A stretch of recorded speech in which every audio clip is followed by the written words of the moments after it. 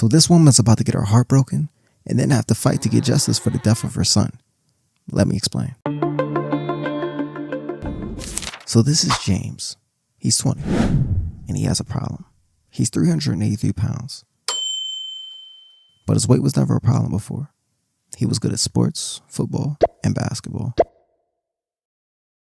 So one day, James has a basketball game, and it's a big one. It's the championship, and he starts off hot. It's like he can't miss, and the crowd is loving it. He finishes the half with 20 points, but his team is still losing, and he has to go to the bench because he's pretty much been playing the whole game. It would ultimately come down to the last shot. James gets the ball, gets to a spot, races up to shoot.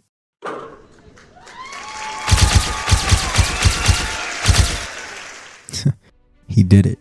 And to celebrate, his coach decides to take all of the players to Orlando to go to an amusement park. And James was super hyped. He'd never been to Florida before. He grew up in Missouri, so getting to see a little bit more of the world was a nice treat. So James is on the bus when one of his teammates yell out, "Man, I'm getting on all the rides." Me too. Me too. Me too. He gets down to James and he just says, I'm getting on all the rides too. with the bus ride being so long, James fell asleep. When he woke up, he was in Orlando.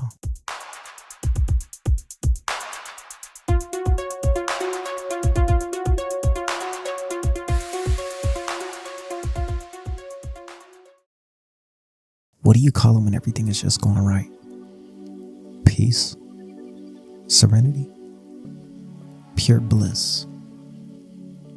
Sometimes you just gotta take it all in. He'd never seen so many nice cars. It was as if he was in a trance, stunned by pure beauty. First thing he did was actually get some popcorn.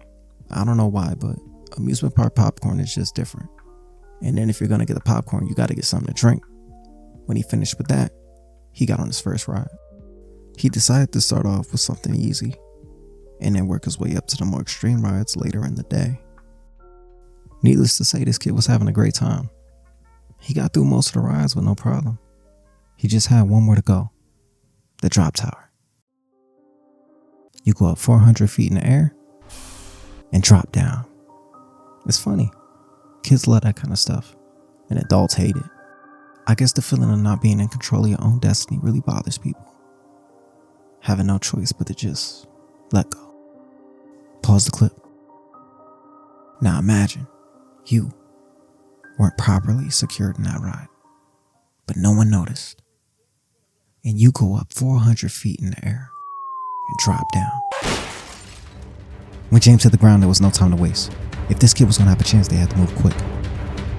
He's crashing! There's too much blood. I can't see anything. Heart rate is dropping. He needs adrenaline. They called his mom to let her know about the accident. Her first thought was to drive, but that'd be too slow. Train would take 2 days, so she tried to book a flight, but she'd have to wait for the next morning.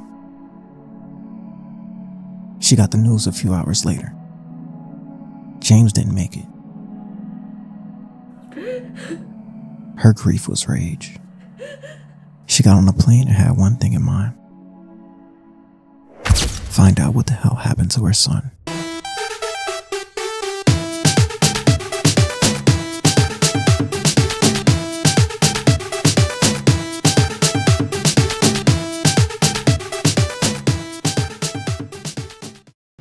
First thing she did was get a cab and go straight to the park. She asked for the manager, but he wouldn't speak to her. And for hours, she tried to get more information, but got nowhere.